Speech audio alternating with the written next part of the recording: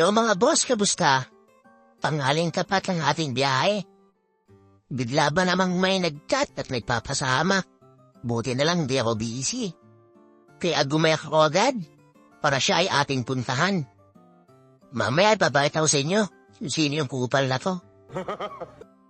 From Palmera, dito nga ba na natin siya susunduin sa area high.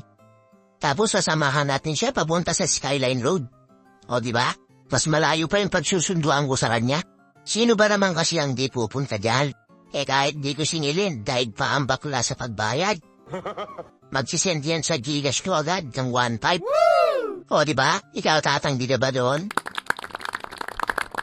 O siya, malapit na tayo. Nakikita nyo na yung kupal na to? Pero wag ka, idol ko to. Guwapo na, talented at humble pa. Ito nga pala ang aking S-friend. Si S-friend JJ. Follow nyo na rin ang kanyang page. JJ Fernandez Official. Uy, may tape pang dala. Mukhang malaki at mabigat ang aming kukunin. Saan ba tape? Sa'yo? Wala kasing bag yun. Sa likod mo, tape natin. Hindi pa naka-assemble yun? Naka-assemble, pero pwede. Assemble mo na, upuan mo na. Pwede naman yun ah. Ang kukunin nga pala namin ay gaming chair.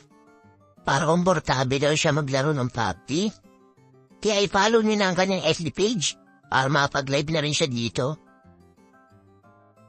At habang kami nga ay nasa biyahe, ito nga ang nangyari. Nahirapan makadaan ng magkasalubong na sasakyan.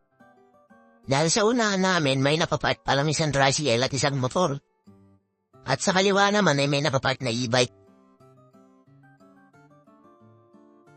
At dito mamuntik ng masagi ang e-bike, buti na napansin ni S-friend JJ, kaya sinenyasan namin ang driver. Kaya tamang sigaw-sigaw na kami din ng hop. Hopya! Gigi, abante!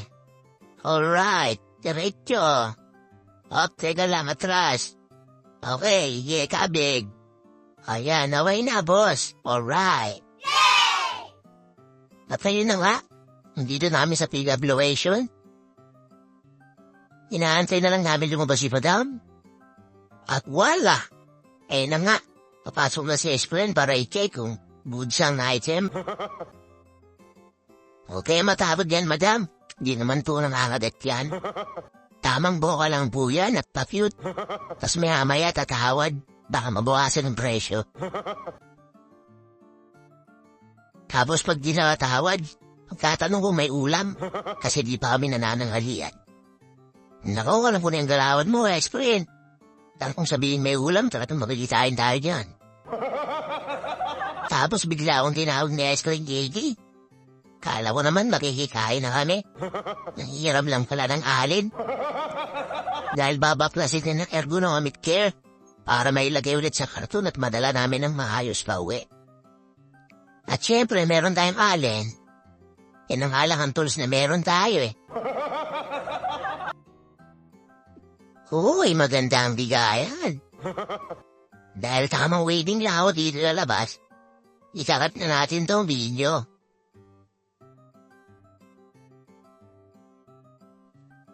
At ito nga, biyahe na kami pa uwi. Kabado 20 si S-friend. Kaya daw bang umahon ng aking motor dito? Baka nakakalimutan niya.